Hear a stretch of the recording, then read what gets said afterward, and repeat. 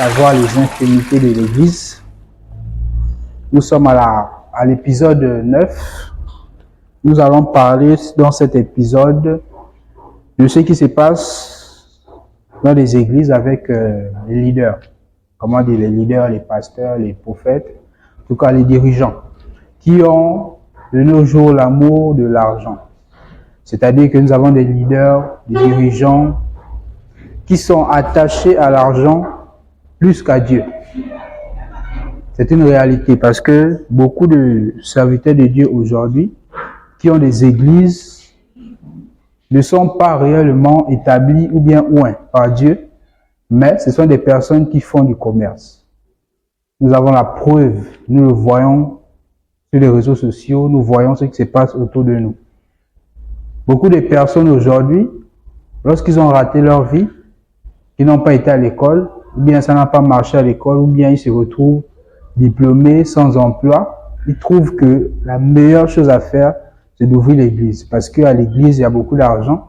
On peut tromper facilement les ignorants, les assoiffés du miracle, ou bien de la bénédiction, qui sont là, qui traînent à l'église. Donc, beaucoup de personnes, aujourd'hui, vont faire des formations pastorales, prophétiques, et ils sortent là-bas diplômés. Depuis quand on peut faire une formation pour devenir pasteur? On ne se forme pas pour devenir pasteur, mais on est avec ce don, parce que c'est un don. L'apôtre Paul lui-même a cité les 5 ministères. Il y a le ministère pastoral à l'intérieur. Donc, quelqu'un ne peut pas aller faire une formation et devenir pasteur ou prophète, avoir le don de pouvoir visionner dans la vie des gens. Ça, c'est déjà une erreur, c'est déjà un défaut. Beaucoup de serviteurs que nous voyons aujourd'hui ne sont pas envoyés de Dieu. Et ce sont des gens qui ont raté leur vie et qui n'ont pas envie de travailler. Parce que la Bible dit l'homme mangera à sueur de son front. Et comme beaucoup ne veulent pas travailler, non pas parce qu'ils n'ont pas de diplôme, mais parce qu'ils ont la paresse, ils préfèrent la vie facile. Donc ils ouvrent des églises pour gagner de l'argent facilement aujourd'hui. Donc ce qui fait que beaucoup de dirigeants ont l'amour de l'argent par rapport à l'amour de Dieu. Or, la Bible nous dit, dans le livre de Matthieu 6, verset 24, « Nul ne peut servir deux maîtres, car où il haïra l'un, et il aimera l'autre. Ou il s'attachera à l'un, et méprisera l'autre. Vous ne pouvez servir Dieu et Mammon. » Donc, vous devez faire le choix. Soit vous servez Dieu, soit vous cherchez l'argent. Parce que celui qui cherche Dieu ne cherche pas l'argent. Il ne cherche pas les choses de ce monde. Il cherche Dieu de tout son cœur. Vous avez remarqué ce genre de serviteurs de Dieu, lorsqu'ils ouvrent des églises, la prédication n'est pas forte. De un, la prière n'est pas forte, l'adoration n'est pas forte, mais c'est le temps des offrandes qu'on honore le plus.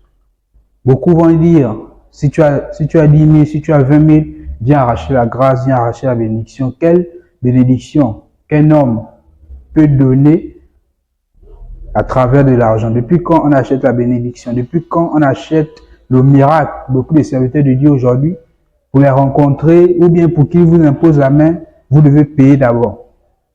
C'est la preuve que ce sont des faux serviteurs de Dieu. On ne peut pas acheter le miracle, on ne peut pas acheter quelque chose qui vient de Dieu. La preuve qu'il y avait dans la Bible un homme qui a voulu acheter le don de Dieu auprès de l'apôtre Pierre.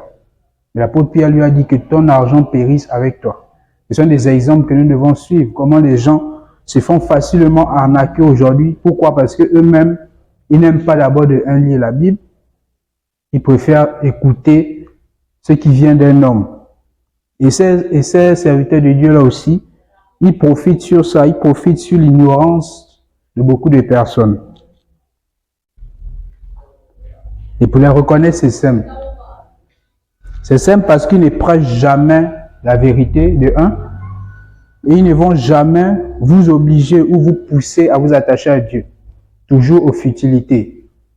Toujours aux choses du monde qui vont vous parler. Viens recevoir telle chose, viens recevoir telle chose. Le miracle, la guérison, la santé, le voyage, le passeport. Depuis quand on peut te prier pour que tu reçoives le passeport?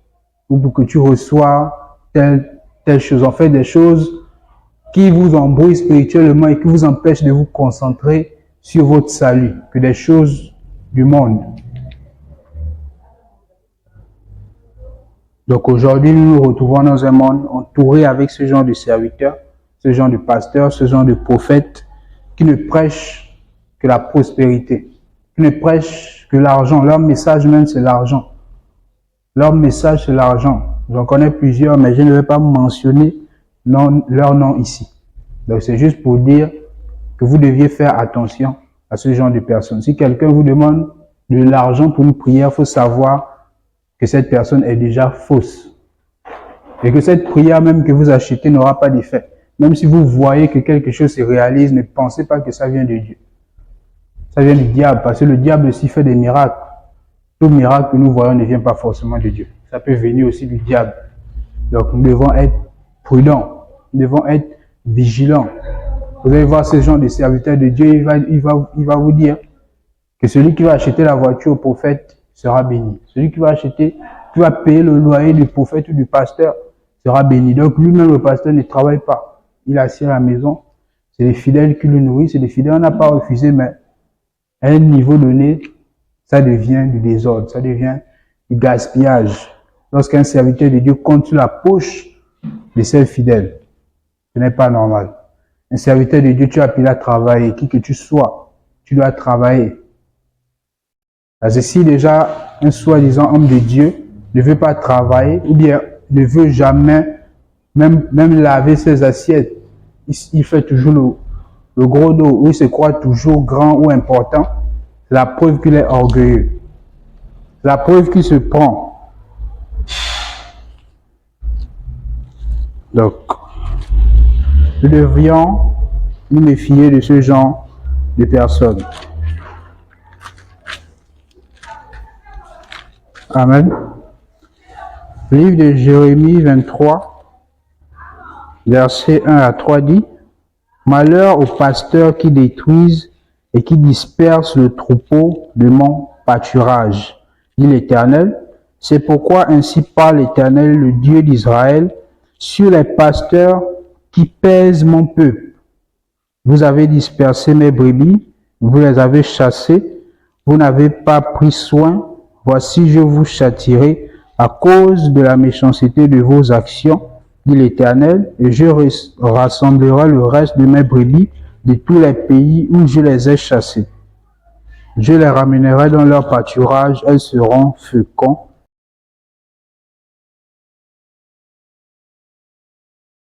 La Bible dit malheur à ces pasteurs-là, qui sont malheureux. Malheureux. Et c'est auprès de ces pasteurs-là que beaucoup viennent chercher la bénédiction. Quelqu'un qui est maudit, il est maudit depuis sa naissance. Il est maudit à cause du travail qu'il fait. Mais vous espérez venir recevoir la bénédiction d'une personne qui est maudite. Comment ça peut se passer? Un homme ne peut donner que ce qu'il a. Si vous êtes dans le besoin financier et que j'ai de l'argent, je peux vous aider avec l'argent que j'ai. Mais quelqu'un qui est maudit, vous avez besoin de la bénédiction, vous venez auprès de lui, mais vous recevez aussi automatiquement la malédiction que lui, il a. Comment une personne maudite, malheureux, peut-il me bénir? La Bible était claire ici. Malheur aux pasteurs qui détruisent et dispersent le troupeau de mon pâturage, dit l'Éternel. Donc, faites attention, pasteur. Ce n'est pas parce que vous voyez des gens assis dans votre église que vous devez faire de ce que vous voulez. C'est le peuple de Dieu, c'est le troupeau de Dieu. Si vous êtes incapable de les garder, de veiller sur eux, de les encadrer, Dieu vous jugera. Ce troupeau ne vous appartient pas. Ce troupeau, c'est le troupeau de Dieu. Verset 2. C'est pourquoi ainsi parle l'Éternel, le Dieu d'Israël, sur les pasteurs qui pèsent mon peuple. Les pasteurs d'aujourd'hui, ils pèsent le peuple de Dieu. C'est-à-dire quoi? Qu'ils mettent des charges sur le peuple de Dieu. Vous arrivez à l'église avec une bonne mentalité, un sourire, une bonne humeur, mais arrivé à l'église, il y a tellement de commissions, tellement de charges, tellement de propositions que l'homme de Dieu fait. Au lieu de vous décharger de vos soucis, mais il vous charge encore. Il vous charge des pensées, il vous charge des travaux de l'église, il vous charge, il vous donne même ses problèmes. Ce n'est plus lui qui s'occupe de ses soucis. S'il a un problème de loyer, il va prêcher ça le dimanche. Pour que vous vous sentez mal, afin que vous commencez à réfléchir comment payer son loyer. Si sa voiture est en panne, il va prêcher ça le dimanche. S'il a un problème, il va prêcher ça le dimanche. C'est-à-dire qu'il pèse le peuple de Dieu. Le peuple de Dieu n'a plus la joie, n'a plus la paix, n'a plus la liberté. Chaque fois, ils doivent penser que l'Église a besoin de telles choses, que le pasteur a besoin de telles choses. C'est déjà un désordre. Vous avez dispersé mes brebis. Oui. Beaucoup de pasteurs aujourd'hui font en sorte que les gens ne croient plus en Dieu. Par vos messages, par vos habillements, par vos manières de faire. Vous agissez tellement mal que ça frustre le cœur des gens. Lorsqu'ils sortent des églises, il y a d'autres qui ne vont pas dans d'autres églises, mais ils retournent dans le monde. Ils retournent s'asseoir à la maison. Pourquoi? Parce qu'il a vu des choses à l'église, des choses qu'il ne croit pas, des choses qu'il n'arrive pas à accepter. Tout ça, c'est à cause des faux pasteurs, des faux prophètes qui passent leur temps à charger le cœur des gens. Et lorsque vous prêchez mal, vous frustrez le cœur des gens. Et ces personnes retournent dans le monde à cause de vous. Et Dieu vous demandera compte. Vous n'avez pas pris soin. Donc Dieu vous a confié un peuple en tant que pasteur, en tant que prophète. Vous êtes comme un brebis et vous devez veiller sur le peuple. Autant qu'ils sont assis dans votre ministère, ils ne sont pas là comme vos esclaves ou des personnes que vous pouvez piller ou coloniser. Non. C'est un peuple, c'est comme une personne, un couple qui était stérile et qui cherche de l'enfant. Lorsque Dieu leur donne un enfant, cet enfant ne leur appartient pas. Dieu les a donné un enfant qu'ils doivent garder. Cet enfant appartient à Dieu. Même si vous avez un enfant chez vous, cet enfant appartient à Dieu. Mais Dieu vous a confié cet enfant afin que vous puissiez l'élever.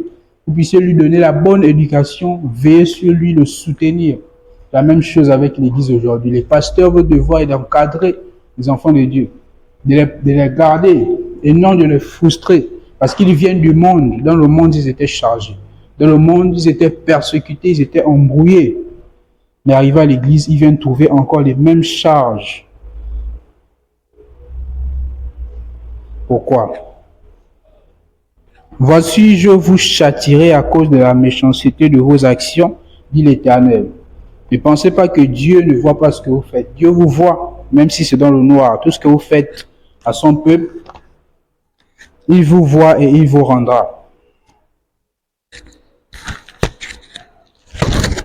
Vous devez prendre soin du peuple de Dieu, car ce peuple n'est pas à vous, mais c'est le peuple de Dieu. Jérémie 6, verset 13. Car depuis le plus petit jusqu'au plus grand, tous sont avides de gain. Depuis le prophète jusqu'au sacrificateur, tous sont usent de tromperie. Tout un ministère de faux, tout un ministère de voleurs, de brigands.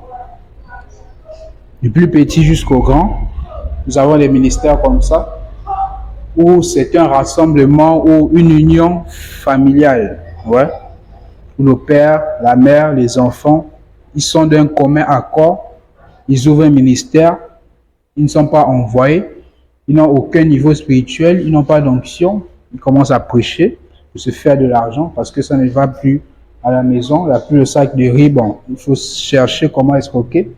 Beaucoup, c'est pas des croisades, pas des séminaires. Lorsqu'ils voient qu'il n'y a plus rien, alors ils leur organisent un show. On appelle ça des shows, c'est pas des séminaires, c'est pas des croisades, ce sont des shows. C'est la même chose qui se passe dans le monde avec les artistes. Lorsqu'un artiste a besoin d'argent, qu'est-ce qu'il fait? Il organise un concert. Il organise un concert, c'est la même chose que les serviteurs de Dieu d'aujourd'hui font.